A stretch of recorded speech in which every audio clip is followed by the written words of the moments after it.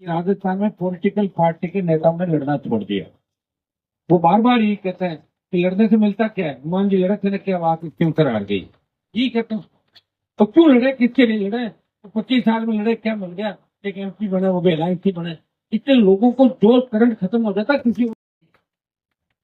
हाँ, हमारे आयोजन में कमी थी। हम जिन पर सब ज्यादा भरोसा कर रहे थे कि भाई संभाल लेंगे, वो डोम की व्यवस्था नहीं कर पाए। अब उनका क्या करना, मैं बताऊं। मैं क्या ही सोच सकता हूँ। किसी में शर्म हो तो मेरा कहना मान ले, और कोई बेशर्म हो जाए उसको कोई शर्म नहीं। तो बेशर्म भी बहुत आसपास, ये भी जानते हो कि सारे सारे समझदार नहीं है, कई इतने बेशर्म है तो हमें धक्के मार के निकालने से रहे। हम नजर आएंगे जब ये नहीं रहेंगे, कागज कितने कब करेंगे, किसी दूसरी पार्टी से बात कर लेंगे, पार्टी को कमजोर कैसे करना। अरे भैया, जासूस देखते हो ना, दूसरे देश में जासूस भेजे जाते हैं।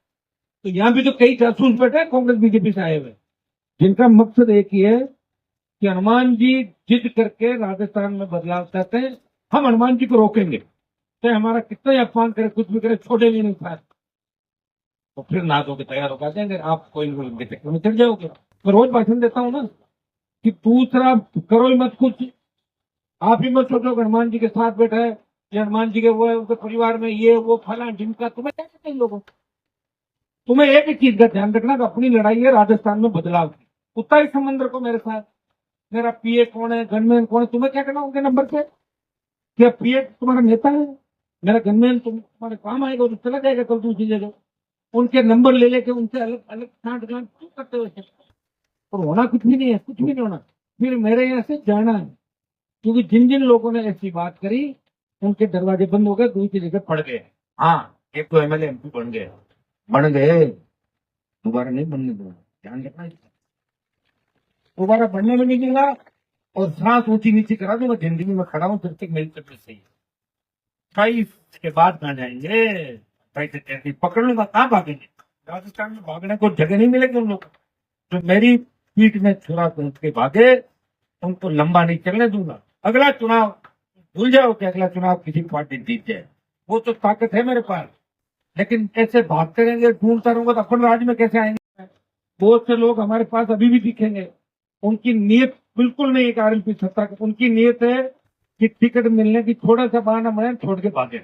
अभी भी बैठे 2-5 साल, मैं बता रहा हूँ, ठीक है। तो संकल्प की घोषणा के बाद कुछ आपको एहसास हो जाएगा। और थोड़ा पता तो रखो कि मैं किनको भाव दे रहा हूँ, किनको नहीं दे रहा हूँ। तुम्हें पता नहीं लगता क्या, लगता है क्या पता। बस ऐसे मत रखो कि कोई जबरदस्ती मेरे पास आ रहा है और कहते हैं हनुमान जी का मतलब परिवार से फलाना हो, तो फिर हनुमान बेनीवाल नहीं हो गया। वो तो एक ही है धरती पर, एक ही आया है, समझ में आ गई ना। उस एक को कैसे बोलो, हो सकता है कि किसी को मेरे को मजबूरी में साथ रखना पड़ रहा है, समझ गए आप।